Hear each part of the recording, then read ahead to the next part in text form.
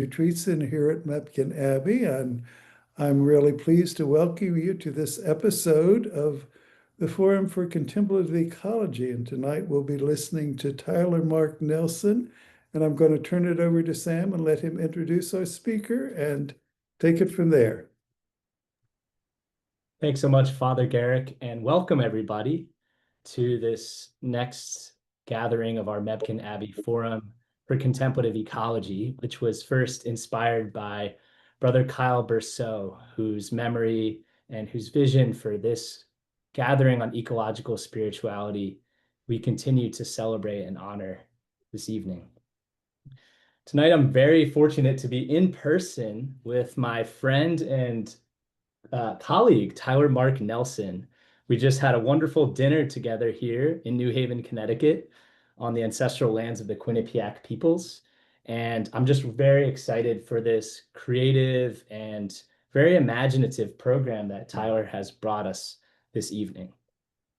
So Tyler Mark Nelson is a community educator, environmental communicator, ecotheologian, activist, and artist living here in New Haven, Connecticut. Through each lens, he traces the contours of ecological relationships, political movements, spiritual traditions, and community responses across the landscapes of our climate-changed world. A graduate of Yale University with a master's in religion and ecology, he designs projects that weave in meaningful stories. Tyler does this with attention to how narratives influence the ways that we perceive, relate to, and act toward the more than human world. His research revolves around how religious, cultural, and political narratives intersect to shape the course of US environmental histories. And he is ridiculously curious, as he would say, about what it means to be a good creature. So please join us in offering a warm welcome to my friend and colleague, Tyler Mark Nelson. Thank you, Sam. It's good to see everybody's faces tonight, or maybe it's in the morning, depending on where you are zooming in from. But thank you so much for joining us this evening. I'm really excited to bring this, we'll say, imaginative and slightly strange topic to you all. And I look forward to hearing your responses on that later today. Absolutely. And so we're so grateful to have this program tonight on entomophilia, loving insects and losing insects, as we contemplate together our entanglement with these tiny creatures with whom we share this precious blue-green planet. Tiny creatures upon whose lives are very sustenance rests, from our food to our habitats to our day-to-day lives. Our lives are entangled with bees and butterflies and ants and other insects in ways that are hard to even fathom. And so with that, we're very lucky to turn it over to Tyler to offer an opening contemplative practice to ground us in this space. Thank you, Sam. Friends, would you join me in just taking a deep breath in together? So we breathe in and slowly breathe out. It's a wild world, so why don't we do a second breath together? We'll breathe in and slowly breathe out. Wherever you are situated right now, I encourage you to find a comfortable place for your body to rest. If you are comfortable closing your eyes for this meditation, you are welcome to. Or perhaps you would stare into the distance or soften your gaze looking downward. And we'll just situate ourselves here as your breathing slows and deepens, finding where your feet are, resting on the ground, perhaps a couch, the soil. Finding how your body is placed in your seat. We'll continue to slow ourselves down and allow our minds to just drift a bit without judgment. And we will rest here for a moment.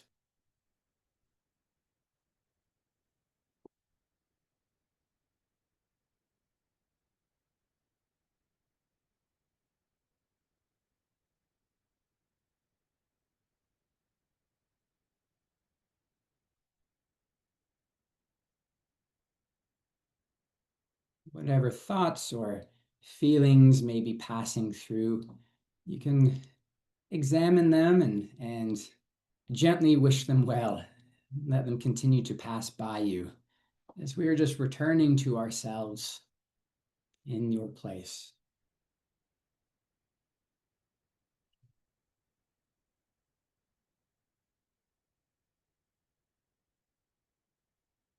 And now that we've come back into ourselves, we'll start to find where we are located in the world around us. Outside the building that you're in, what's the weather like today?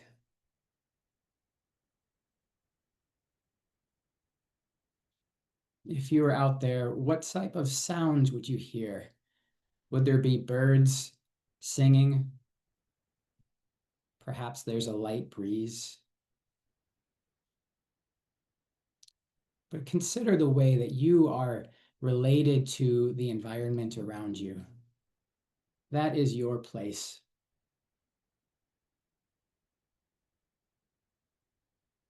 Maybe there's a garden outside, some type of vegetation.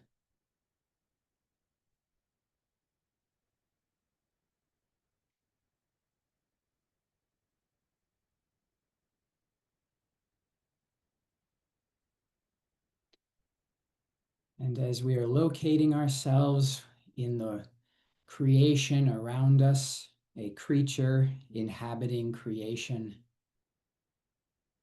we start to turn our attention to other creatures who we also co-inhabit this place with. Who did you see this week around your building? Maybe a squirrel, birds in the trees. If there's a garden nearby, what kind of flowers are in there?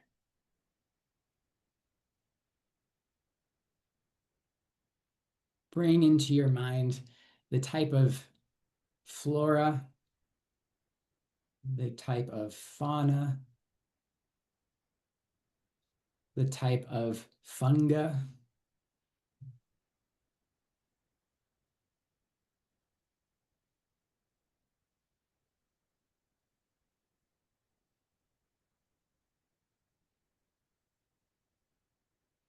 We're just resting in our bodies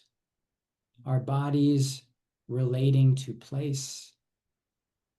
And within this place, we are forming and sharing gratitude for these relationships to the more than human world.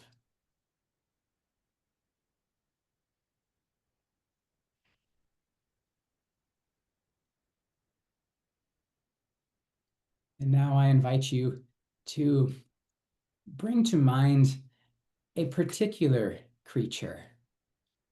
It may be a dog or an animal that you share a household with.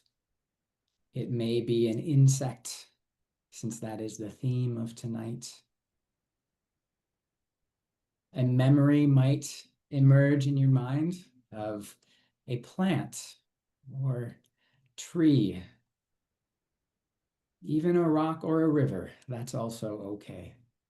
But bring to mind this other subject with whom you have a meaningful relationship with, someone with whom you have immense gratitude. And that's where we will rest for a moment, is in that gratitude for the relationship and for that other subject with whom you share this earth.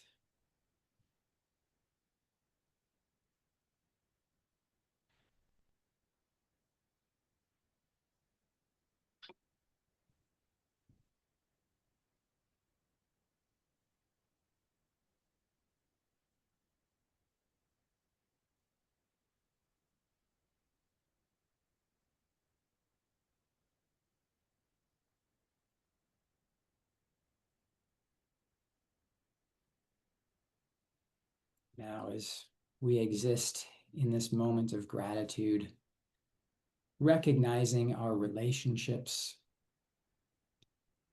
however you pray, I encourage you to take a moment and offer up a prayer of gratitude, a prayer of well-wishing for this other subject with whom you share a relationship and for whom you care.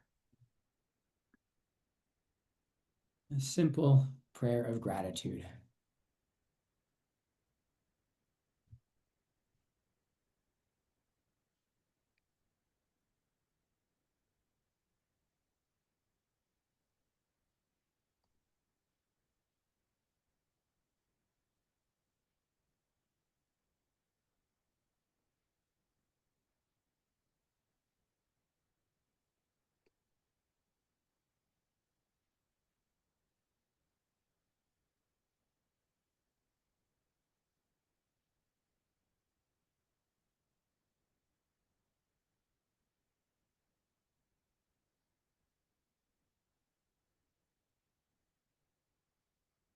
We'll be slowly returning back to our bodies, continuing to breathe deeply, maybe wiggling your toes or your fingers, rocking a little in your seat. You may open your eyes if you had them closed. And as we look into one another's beautiful faces over Zoom, why don't we share one more deep breath together? And as we do, we're just inhabiting that gratitude for humans, for more than humans, and for this life that we all have part of. Deep breath together. And slowly out.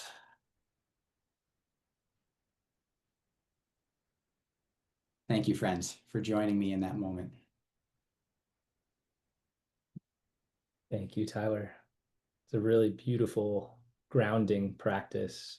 And I had a chance to sit with the beautiful Mill River that snakes through our bioregion here in New Haven, right below this great limestone boulder that towers over our town. And just that river has been such a source of solace and inspiration when I have time to unplug and roam in the park near our home. So I'm just really grateful for that opportunity, Tyler. And so as we begin our conversation this evening about entomophilia, this remarkable sensibility of love or allurement with our insects, I'd love to hear just a little bit more about your personal background, because clearly there's so many streams that you have traveled that have carried you to this ongoing work that you are doing in ecotheology and community education, your work with the Yale Forum on Religion and Ecology. So I'd just love to hear a little bit more about your personal journey and maybe some of the places out in the Midwest that nurtured you. Gladly. I like that you chose river and streams as the language to phrase that question. That's really where this topic started for me. I grew up in Minnesota, north of Minneapolis, St. Paul area, and my hometown is right on the Mississippi River. And I recall, even as a child, riding my bicycle from home to the Mississippi with my family to get ice cream or to go on a bike ride into the city. And the Mississippi has been a presence in my life all these years. No matter where I've moved to across the country or across the state, I always try to return to the Mississippi as a constant companion who is there, simply there. And there's a strange, lovely relationship I can't describe, but Mississippi's there. And so insects and water there was one day in my younger adult years, I was having a hard time. Since a childhood, I've struggled with mental health challenges, and so often I would retreat into the woods or to waterways, to the mountains, to the meadows, just to have silence and to simply be.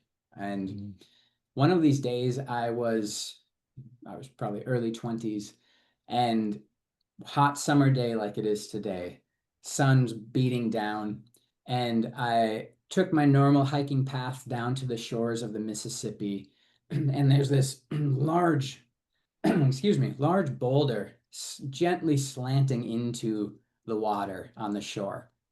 So I would go there and set everything aside and just lie on this warm boulder with my feet submerged in the water and then my body above. And this day, I just wanted peace.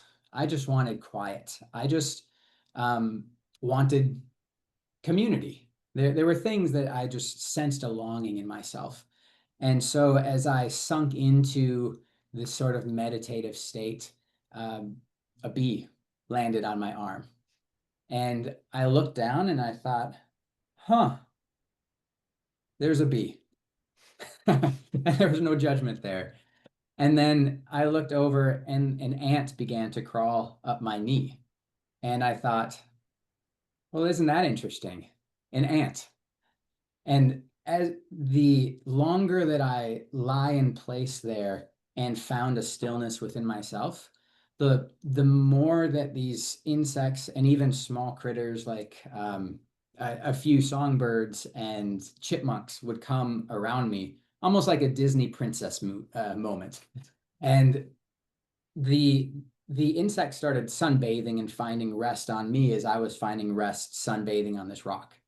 And so that I recall that one moment, 21, 22, and that shifted something in me where insects were no longer something to swat away. Obviously, there are insects we should swat away. We'll get to that in a bit. But I started trying to incorporate this stillness into a contemplative practice. So I would go to city gardens in Minneapolis or go into the woods up north and try to sink into place.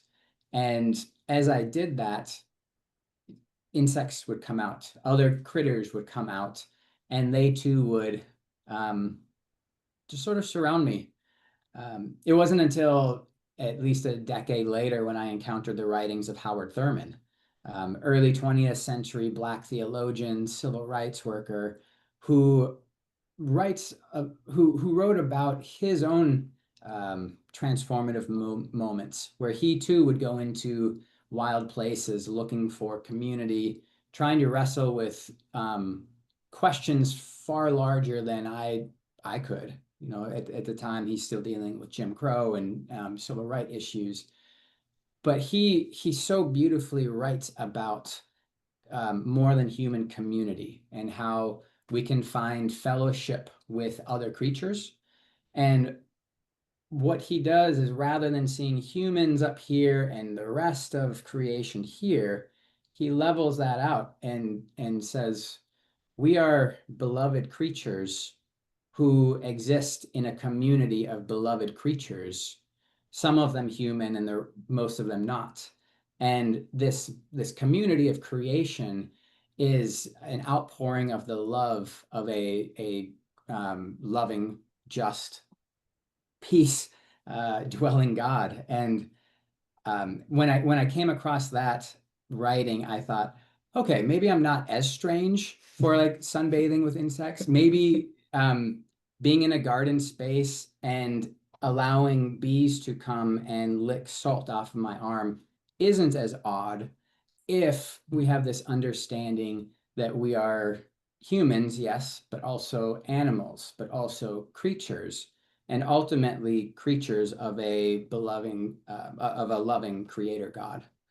So I could say more about that, but I just love that you started with rivers, because that's also where tonight's journey started as well. Well, it's amazing to think of that synergy with different rivers and Yeah, I imagine many of us have those kind of epiphany or revelatory moments along the banks of rivers. Mm.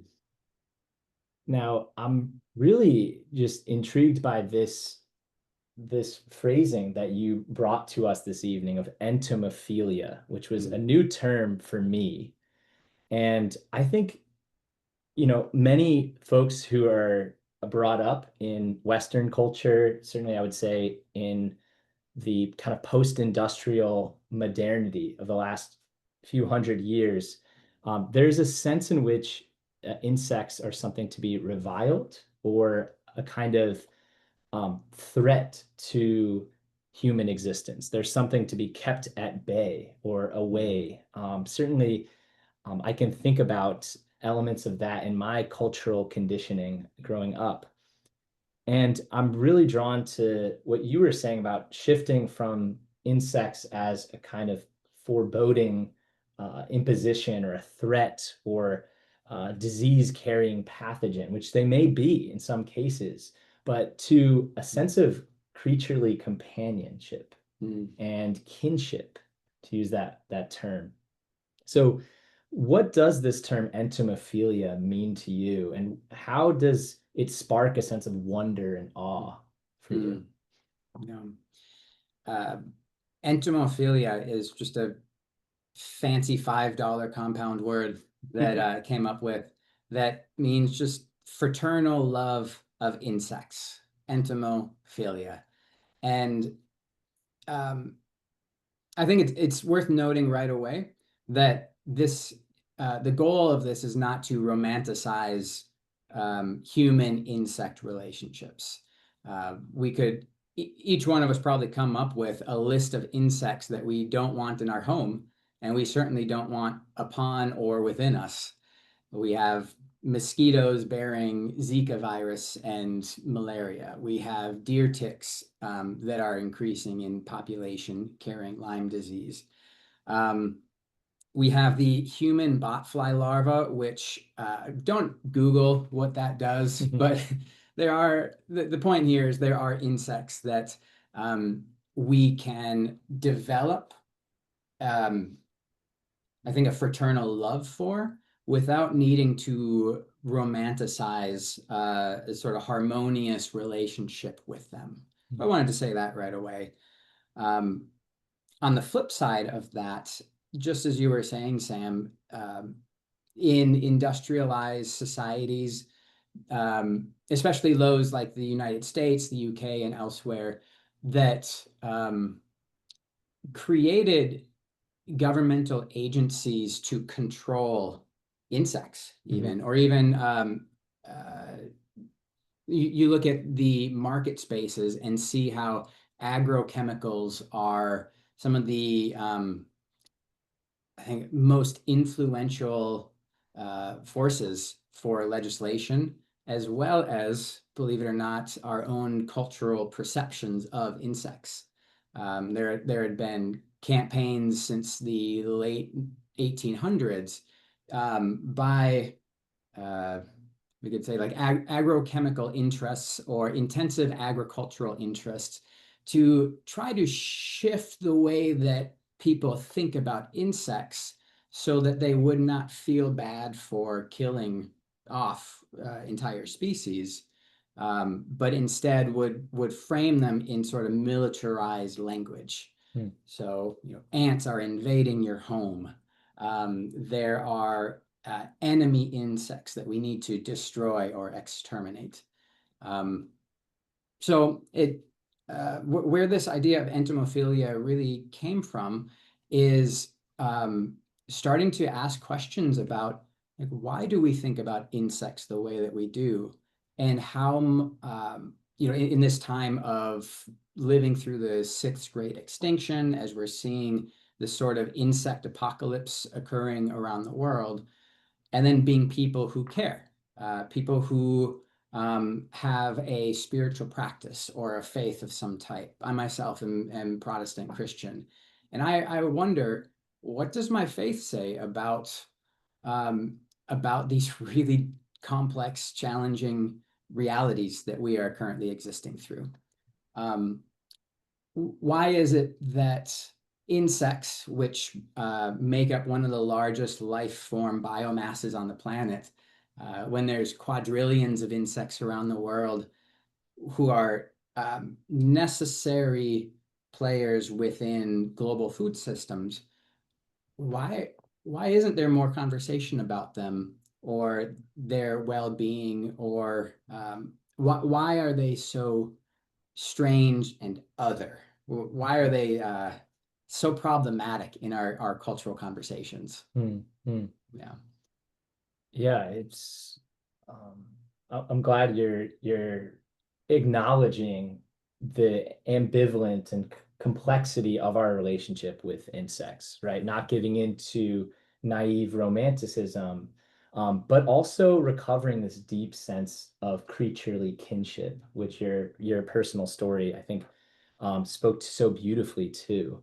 And just this deep sense of empathy when we think about the Earth's sixth mass extinction. I mean, we might be more familiar with apex predators like woolly mammoths or saber-toothed tigers that have gone extinct. The giant ground sloth in North America, other huge megafauna. But we don't necessarily pay as much attention to the monarch butterfly that the IUCLN, the International Union for the Conservation of Nature, has put on the endangered species list, or at least listed as endangered. And so what would you say about the particular decline in insect population? And yeah, what are some of the sources of that decline that are so often overlooked? Yeah, it's the numbers are startling. I'll say that much. Between 1970 and 2014, I think it was over 40% of insect total insects globally had declined. Every year, depending on which region a person lives in on Earth, there's about a 2 to 5% decline of insect populations annually. So if you do the quick napkin calculation, within a number of decades, we will be living on an Earth that is nearly devoid of insects, or the few who are remaining may not be the ones that we need for pollinating our crops or our fruit sources or so on. A few other numbers, even in nature preserves where there's no human interaction, there's no pesticide spray and so on, around the world, insects are just dropping. Germany found that in a 30-year period, about 75% of their insect population on these nature preserves had disappeared. We could keep going on that. It's a challenging thing to consider. The United States, within 20 years, had lost 80% of its beetle population. Butterflies are in decline. They're down 20% in a matter of 20 years. And it's really remarkable that when we consider all of Earth, consider all of the life on Earth, which is called biomass, humans make up 0.01% of biomass on all Earth. And yet we as a species, in a matter of a century and a half, have completely reshaped the entire surface of the planet. We've changed the rotation of the planet with certain architectural structures. That's just mind-blowing.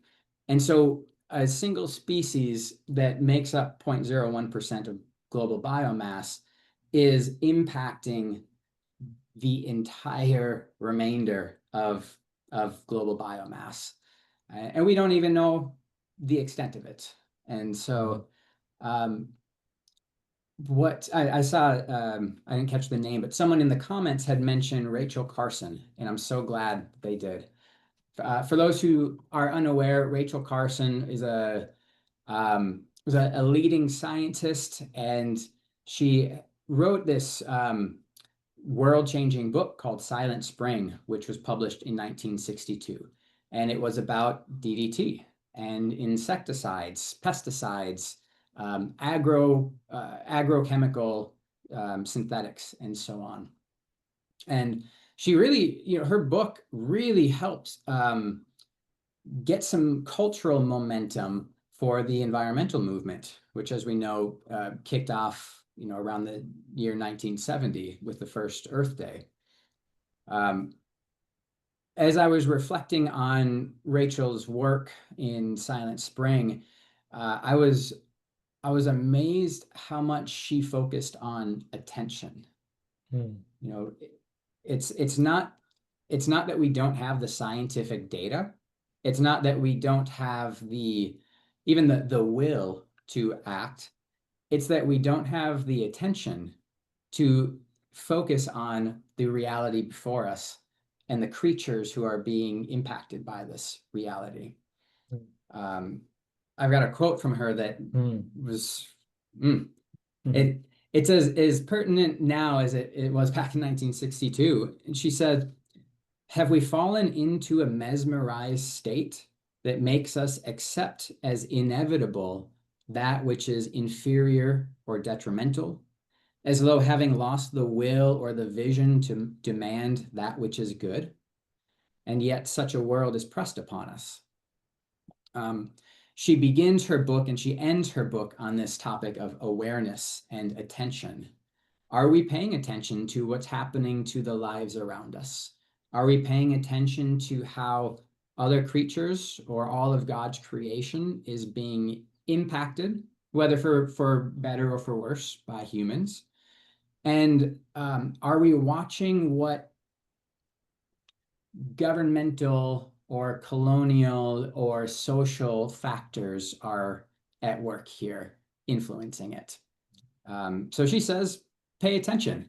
And once we pay attention, we can then be able to respond. But if all of this is going past us, it's very difficult to act because we're not even in that moment. And so that's why she doesn't write about contemplation, but I see there being some parallels there with contemplative practices, meditation, and so on, where we exercise our capacity to pay attention. And I chose insects because what greater challenge to pay attention than these tiny things that surround us? They are strange. They have their own worlds of their own. But if we can cultivate this practice of attention to our insect neighbors, then where else might that impact us? How else might we learn to pay attention to other things of importance in our world? If we're catching on to how insects are targeted by logics of domination or control, eradication because they are other, then what other creatures, human and other than human, are also being othered, and this sort of using language to alienate other life forms to justify their own destruction, their own eradication, and so on. I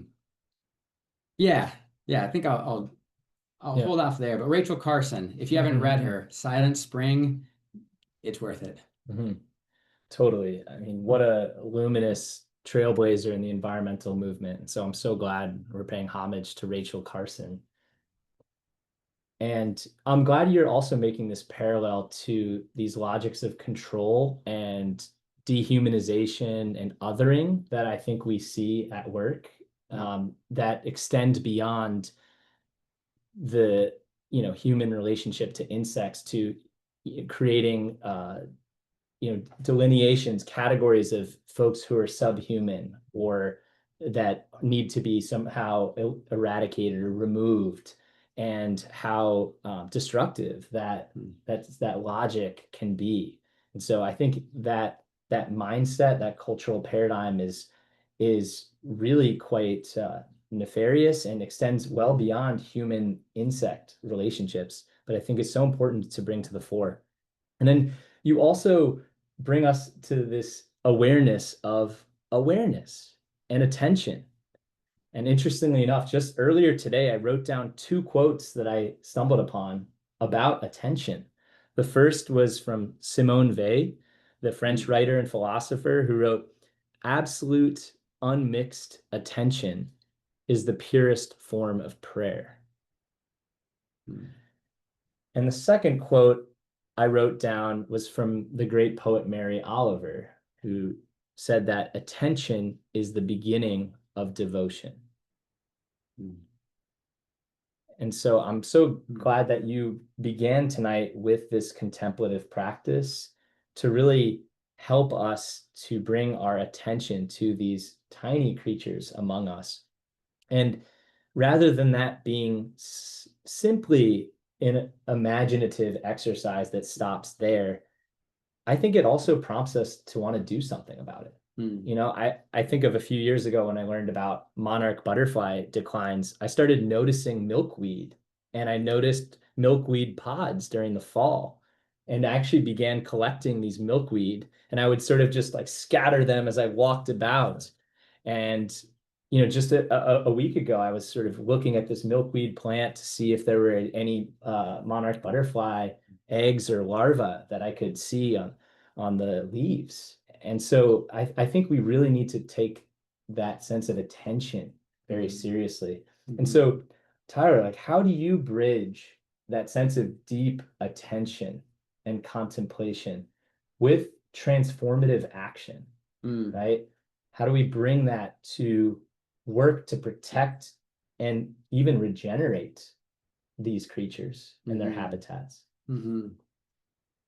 Yeah, I love that you asked that, because if we are not moving towards action, then it can be a navel-gazy type activity, right?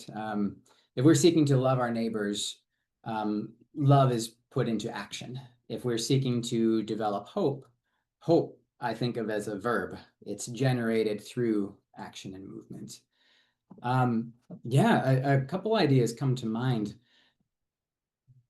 Considering how the driving force of this of these insect declines are the loss of habitat due to intensive agricultural development. One place that we can start is by getting to know our local habitat. So simply learning the name of a couple trees, plants, animals, insects is one very easy way, low threshold, that we can just begin to recognize the relationships that exist already. It's not that we choose to relate or not. We're already in relationship. So getting to know them who are around you, and then beginning to seek the well-being of that habitat. So milkweed, or find another native plant species that is beneficial to insects, especially pollinators, and maybe pull up a cubic yard of soil and space and put some gardens in there. So that's something locally that you can do. Join a community garden and help them grab a book and read about insects, just to learn how weird and goofy and beautiful and complex they are.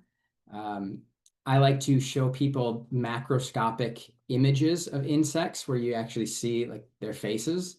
There's something about face-to-face connection, especially those that look so alien to us. Moving larger scale action, we can look for different type of environmental protections that we can campaign for, we can learn about, we can share. I used to work at a greenhouse in Minnesota, and we were very adamant about not using a type of chemical called a neonicotinoid, neonics for short. And those were found to be harmful to different types of bees, butterflies, other pollinators. And so we started seeking alternative ways of feeding plants without harming these insects. Mm. So those are all ways that we can do it. But ultimately, I don't know how much action we can take until we are attentive, until we are attuning ourselves. And so do these things, absolutely. And I encourage you, sit outside. There's this great German-Korean theorist, of course I forget his name now, Byung-Chul Han, who writes about the importance of lingering. So simply linger when you see an insect that catches your eye. Or if there's a worm, which I know technically isn't an insect, but we're bringing all the creepy crawlies in. If there's a worm on the sidewalk, first bring it to the soil and then linger a moment and watch how this little life form moves and the similarities between you, the differences. I think just lingering and developing a sort of patience and a humility with these other tiny creatures will bring us a long ways, so that internally we are prepared to take external action. I love that beautiful marriage of internal contemplation and outward engaged action. I think all of us need that so we don't burn out and we continue to draw on our enchantment with the more than human world to inspire and spawn conservation and regeneration. Tyler, before we move into our discussion, you invoked the worm, and I love red wiggler worms, and I actually wrote a piece on worms a couple years ago and have a deep fondness for worms. I always used to play and marvel with worms as a child. And I know that you worked in, is it vermiculture? Vermiculture. That's right. Yeah. And really connected that to your spiritual journey. So I just wanted, maybe we could hear just a glimpse into that experience for you, which I know was really formative in your journey. As soon as you said worms, I knew where you were going. So when I was an undergrad studying theology and environmental theology, I worked for the grounds department for the university in their worm operation. So we had an industrial bin that was 9 feet wide, 5 feet back, 4 feet deep, filled with hundreds and hundreds of pounds of red wigglers. And what I helped, my responsibility there was to close the food waste cycle on campus and in local businesses. So we would bring food waste, and rather than sending that to the landfill, we would give it to the worms. The worms would then digest it through their processing, and at the bottom of this came out this nutrient-rich black gold from the worm droppings called worm castings. And then what we would do is make a liquid concoction and use this to replace synthetic chemicals on flower beds and turf grass and so on. And so I was the worm guy for a bit, and I'm glad that nickname, stayed on the West Coast. But to what Sam was getting at, when I was there, somebody had appropriated the theology sign from the theology department and placed it over the worm bin and drew an arrow down. So every day that I worked with the worms, I saw this sign that said theology, pointing down into the darkness of this worm bin. And that had me thinking so much about what's happening in those processes. So life and death, all in one space. And then from human waste or even excess, there being ways to rethink how we are repurposing, recomposing this for good. And so that also sent me deeper into my theological and biblical studies, looking to make sense of, what are the relationships between God and these worms? What's the relationship between other creepy crawlies and God? And if as the Gospel of John says, the Word became flesh. This wasn't just the flesh of man. This wasn't just the flesh of human. The Greek there is sarx, and so it's this broad flesh that I like to think of as the flesh of creation, the flesh of the cosmos. Just as we have iron in our blood that makes it red, that came from exploding stars so many years ago, the same thing was in the blood of Christ. The tears that Christ wept over the suffering of those around him still remain in our water cycle today. And so just viewing creatureliness in a much broader way, because these worms were asking me, what does God say about us? Or what is your creaturely connection to us when you are so big, we are so small, and yet both of us are loved by a creator God? And so, yeah, compost theology, that really started it with the worms. Wow. I'm getting just a little emotional just listening to that beautiful reflection. I don't know if I've ever heard somebody speak so beautifully about the theology of worms. Thank you. Have you heard anyone speak of theology of worms? You might be the first, my friend. I'm glad we're recording this. It's just so profound, literally turning death into life in the darkness beneath our feet, this process of resurrection, of regeneration happening all around us.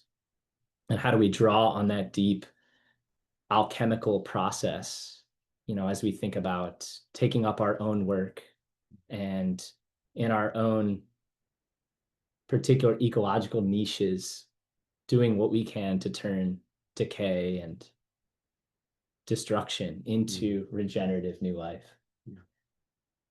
So with that, Tyler, I think that would be a good segue to allow us to move into some of these smaller breakout rooms to really metabolize so much of what you have shared with us this evening. And so perhaps our wonderful assistant Joy might be able to work her magic, and we can spend about 10 minutes in small groups of 3 and 4 to just really reflect on what really resonated with us from what Tyler has shared so far, and how might that connect to our own experience, right? What might we bring forth with some of this awareness, some of this attention that you've called us to? Yeah. All right, I'll be glad to get everybody moved into the groups, and I'll start the 10 minutes as soon as everybody's in their groups. Thanks so much, Joy. Thank you.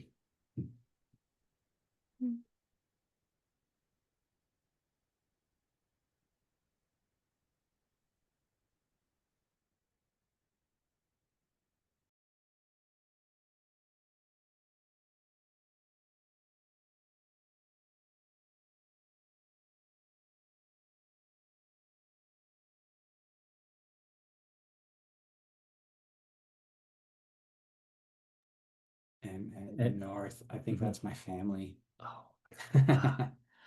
I'll say too, if you would like to just stay, or if you're joining remotely, no worries if you're unable to join a breakout room. So feel free to just meditate and reflect, and we'll see you in about 10 minutes.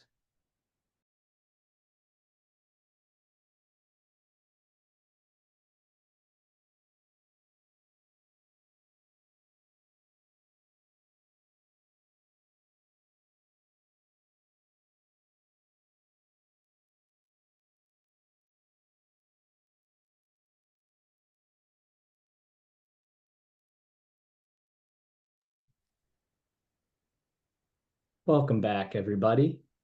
I hope you enjoyed your small group discussions, chance to get to know some other folks in our growing community here at the forum, and to reflect on what we heard so poignantly from Tyler in the first half of the program.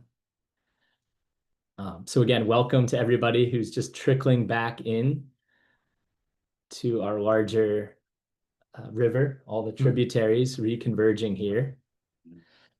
I thought we would start our larger group discussion with Sue's question that Tyler and I noticed in the chat about Thomas Berry, the great cultural historian and passionist priest, and really father of ecological spirituality in so many ways. One of the many great inspirations of ecological spirituality. He wrote a foreword for this book on insects, and Soup brings our attention to that book. Tyler, did you want to say anything about that particular book? Yes. Sue, you've got excellent taste in insect books. Good call. I believe the one you're looking for or thinking of is actually one of my favorites as well. It's called The Voice of the Infinite in the Small, Revisioning the Insect-Human Connection by Joanne Locke. Perhaps we could put that in a chat or pass that along to you. But I wanted to read a quote from Joanne Locke, who is also wrestling with the cultural, religious, political, economic entanglements that humans have with these small critters. And she invites us to actually rejoice in insects. She says, if we rejoiced in insects, we would take delight in their presence. It would be a simple matter to revise our connection to insects if all it involved were the right facts about insects presented in the right way. But remembering how to rejoice in insects has less to do with insect biology and behavior than it does with untangling the threads of self-deception, misperception, and fear that prevent us from including insects in our circle of community. So what she's saying there is what Sam and I had covered earlier in the conversation, that the scientific data and there are other forms of wisdom on insects already exist, but there is some inner work to be done to sort through a good amount of influence that has come from different cultural, economic, industrial interests. And so, yeah, I think that's a great book if somebody wants to dive deeper into that line of thinking of untangling these different logics and influences. It's Joanne Locke, The Voice of the Infinite in the Small. Did you see that? Thank you, Tyler. And I think there was another quote that you said really spoke to you, and I thought our group might like to hear. Do you want to share that quote that you wanted to offer? Yeah, thank you, Sam. So I want to also lift up the name Jean-Henri Fabre. He was a French entomologist in the 1800s, and he was actually a contemporary of Charles Darwin. And Darwin called him the Homer of insects because Jean-Henri was able to tell these really creative stories of the tiny world of insects, but to do so with scientific rigor and with incredible attention to these creatures on their own terms, rather than what he was hoping, what he was imposing upon them. And he wrote, "A vain wish has often come to me in my dreams." And this wish that comes in his dreams is to see the world with the faceted eyes of a gnat. Have any of you wished to see the world through the eyes of a gnat before? That's something. And yet when we look at sacred texts and wisdom texts around the world, we see or we encounter other people who are asking these questions. What is the world of a worm? Or what is the world of a beetle? We could look to, was he? I'm going to forget whether he's Dutch. Ed Young also has a great book, The Immense World. Yeah. But there's Jacob von Uexel, it's a fun name. He wrote in the early 1900s about a tick. What is the life of a tick? And he tried he was so earnest in seeking to understand the world of a tick, not as what he romanticized it to be or telling a tall tale, but instead by knowing a tick so intimately and observing and spending time with a tick, he was able to really ponder, like, what is that world, and then how can I be a good human in the world of the tiny, humble tick?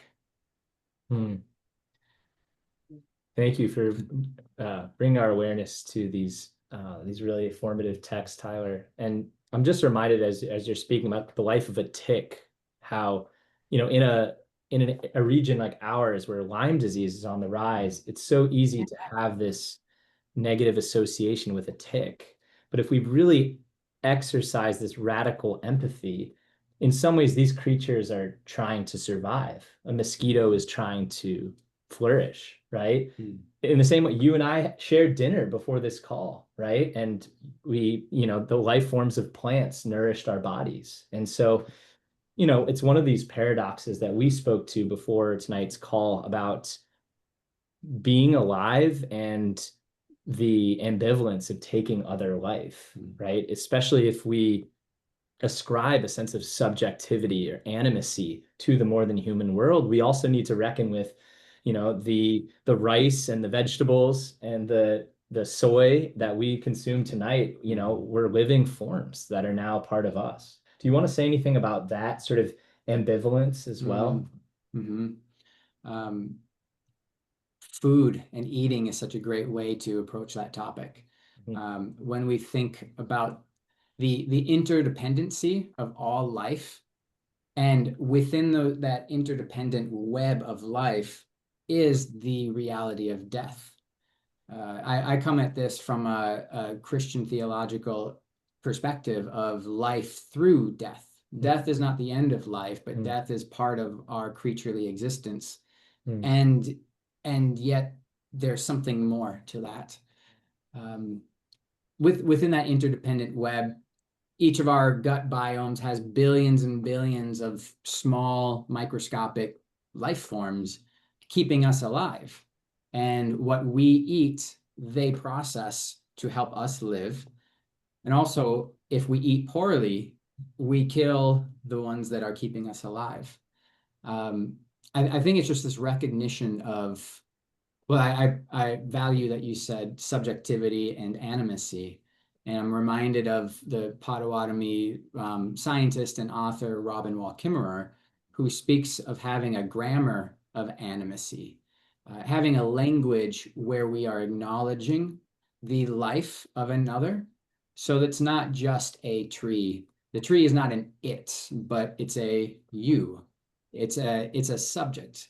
That animal or that plant that is going to be processed for food is not just a thing or an object as if it's a robot with no feelings or inner world of its own, but it is an actual life form that has a sacred relationship to our creator, that has a quiddity, a uniqueness that is worth delighting in and celebrating and expressing gratitude for. And also, to live requires death.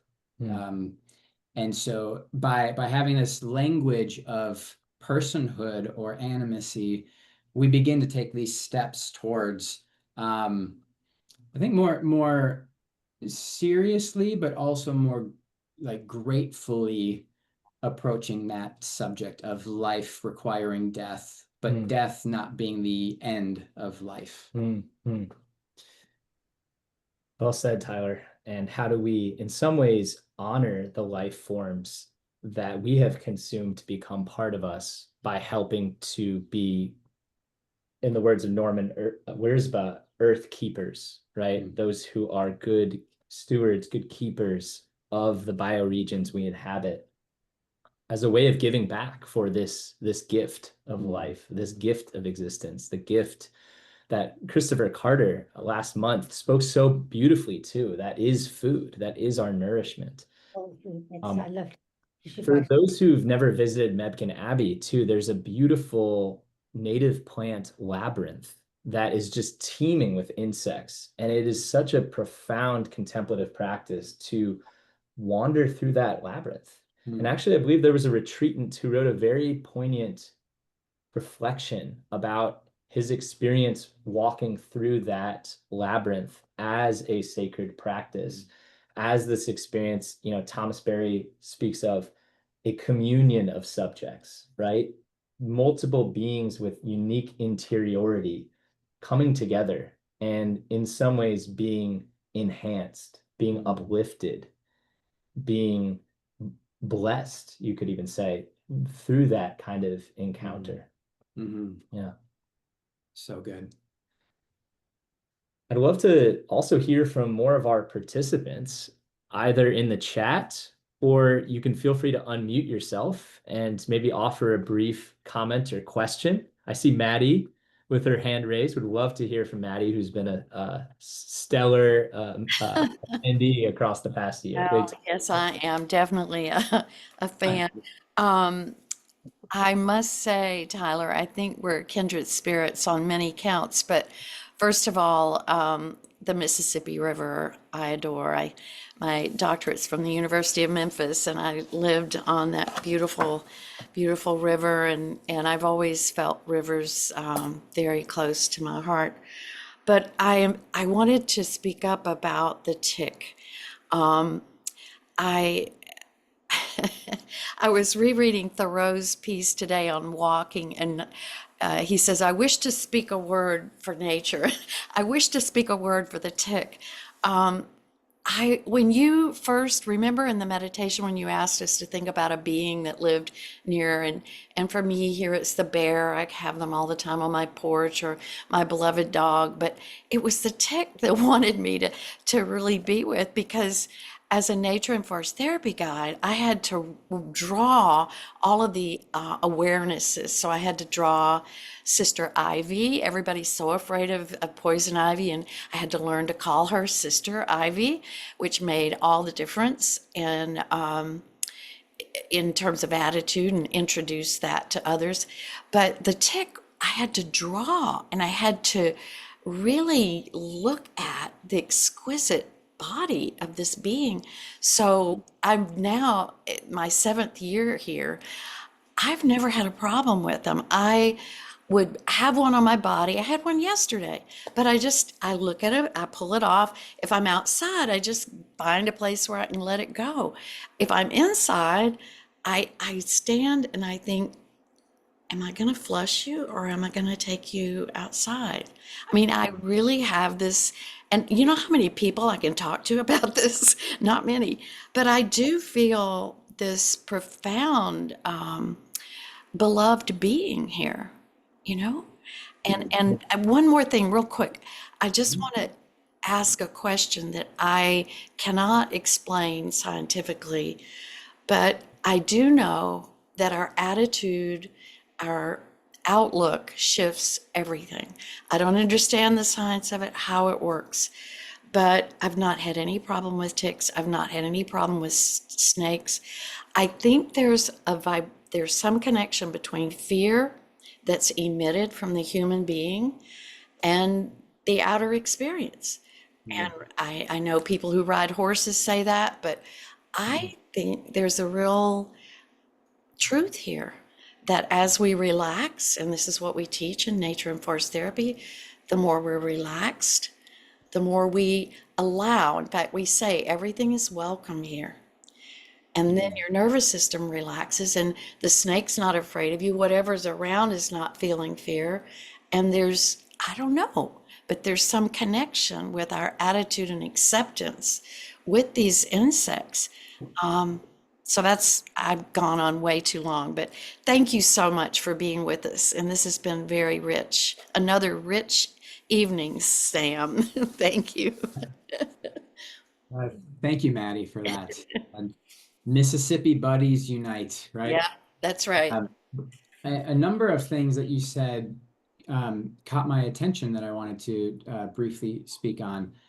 Your last point, too, the word that came to mind is openness. So are we open to the world around us? There is a I had mentioned earlier tonight about colonial logics. Logics or stories, drives even of enclosure. We could look at that as when settler colonial interests came, they enclosed land and had those who could access it, those who could not. But it's not just on the large scale of land, there's also the personal sort of enclosure logic. Within that too is a possession, self-possession, or possession of this or that.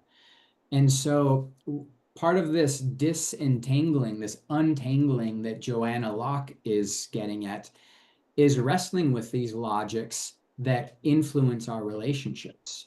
Are we going through the world as if we have an option to not relate? Because that's silly. And yet that is so common to think, well, I don't have to relate to the trees behind my yard, even though we are breathing the same air. I don't need to relate to the insects in the soil or the mycorrhizal fungal networks that allow all root systems to uptake nutrients. I don't need to relate to that.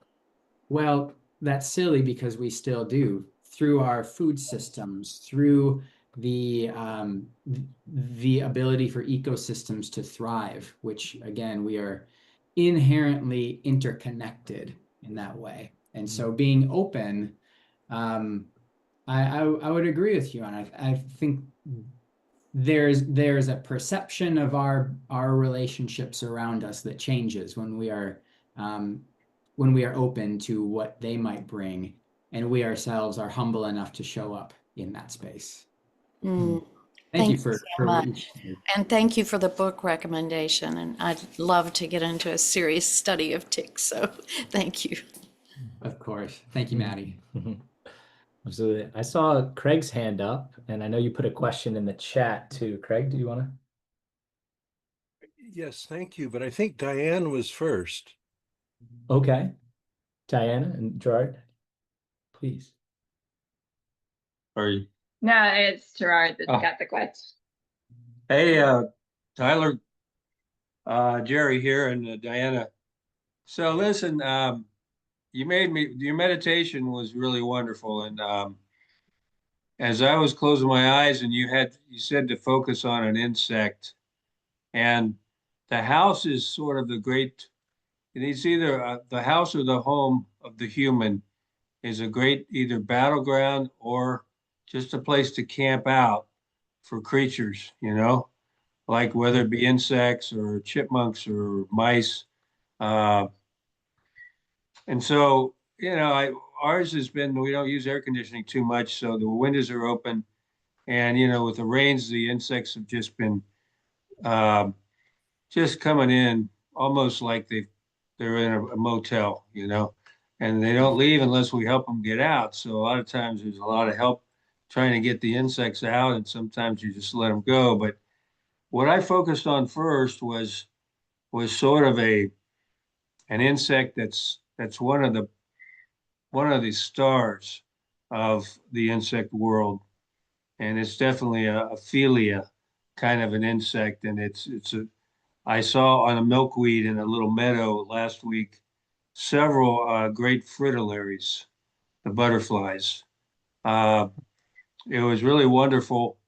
Took a couple pictures, but then suddenly in the meditation, I went back and what came in front of me, the picture was a cockroach and large cockroaches, palmetto bugs, we sometimes call them in the Carolinas and elsewhere. And in the summer, they can get quite large, and they can sea cave in the winter too. But the one in this one that I saw a few nights ago was pretty big. I mean, it definitely put up a battle, and I was trying to get it out of the house, and it escaped, and it went behind the woodwork.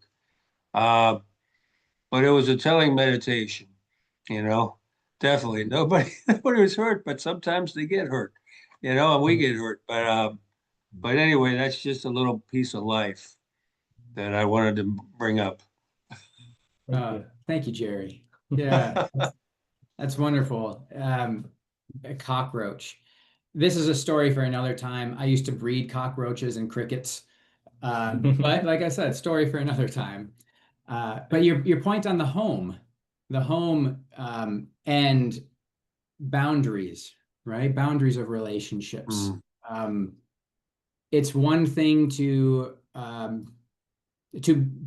relocate a spider from one side of the house to another. It's another thing to leave the door wide open at night when it's the peak black fly, like biting fly season, right? Mm.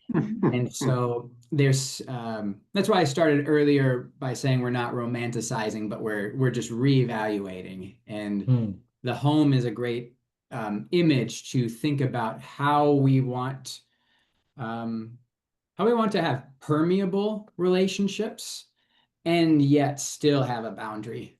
And I'll make this last point quick. But I've had scabies twice. Don't Oh, ask yeah. me. I got it the second time, but that is a boundary that I set, and I do not want crossed to have a small critter literally colonizing my flesh. Mhm. And Oh, yeah. so in that case, the only answer is to let it go out of control or destroy them.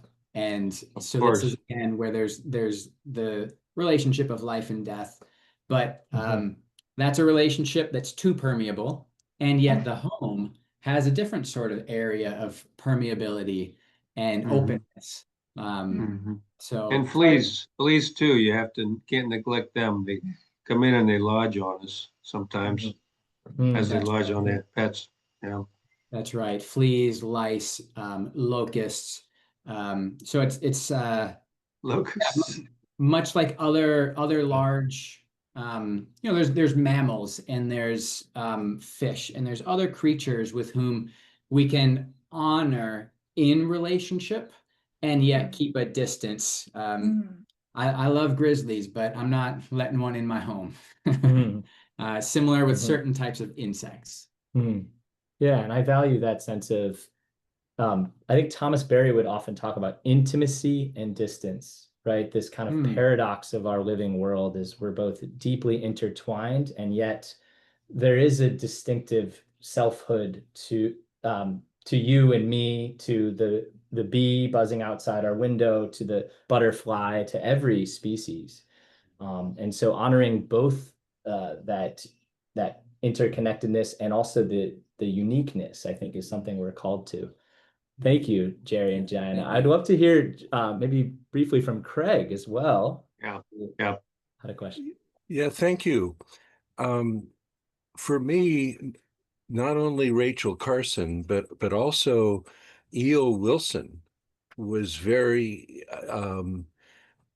informative in my education. And one of the things that he said is that if bees go extinct, life on planet will soon follow. And I think that we have forgotten the precautionary principle that is so critically important for ecological sanity. And one other book that E.O. Wilson wrote that I think is seminal is called Consilience, the Unity of Knowledge. And in that book, he asks what I believe is the pivotal question of our time, that we are drowning in data while starving for wisdom. How do we find wisdom in a data-filled world? Wow, Craig, thank you for what you just offered. E.O. Wilson's idea of biophilia inspired this idea of entomophilia. And so thank you for bringing up such an important figure in not just life sciences and the study of insects, but someone who raised such important questions about what it is to be human, what it is to be he wouldn't use the language of creature, but to be a species among species, all seeking to flourish together. And the quote you brought up about where Wilson says, if we were to lose bees, what kind of world would we be in? He has a similar quote where he speaks about if we were to see this ongoing insect apocalypse continue to an extreme point, and we were to lose key species of insects, human society would collapse, period. And then his next sentence is within a couple months, period. And he views global insect populations as so intrinsic to not only food systems, but human society and all the other flora, fauna, fungi kingdoms. He's a person who recognized just the necessity to care for these quadrillions of small life forms that most of us don't often think about. So thank you, Craig, for that. Yeah, thank you, Craig. And he also had a book on this idea of half Earth, that half the Earth should be set aside for conservation. And while we have certainly fallen short of that laudable aspiration, the last biodiversity convention that came out of the Montreal COP15 meeting, which I had the privilege of attending a few years ago, actually called for 30% of the Earth's lands and waters to be conserved by 2030. And so that while that was a non-binding agreement called the Kunming-Montreal Biodiversity Framework, it is an aspiration to that sense of how do we model a sense of restraint in the development of lands and waters? How do we respect the habitats, the abodes of other creatures, something that you have spoken so poignantly to tonight, Tyler. And so as we come to the close of our program, Tyler, I wanted to give you a chance if you have any parting message for our community, and also how can we get in touch with you? How can we learn more about your work? I imagine some folks may have other questions or comments they'd like to share. Yeah. So please. Thank you, Sam, for that invite. I'll start in the tail end and move backward. You can learn more about me at my website, tylermarknelson.com. And to make things very easy, you can email me at basically the same address, tylermarknelson@gmail.com. And I would love to continue this conversation with you all. Whether you have questions or comments, looking for resources, or you're excited to share what you are doing in your own life, whether that's about insects or a different type of creature, I would love to connect with you. I think the last comment I would want to say is, just to turn to the sacred texts and traditions. As I mentioned before, I am a Protestant Christian. I'm as ecumenical as I can be. I like having a big banquet table of conversation to get all sorts of views coming in, almost like a potluck. Folks bring in their own dishes, and then we share and have a good dialogue. And for those who share a similar faith tradition, there are many voices to dialogue within that, from a global witness.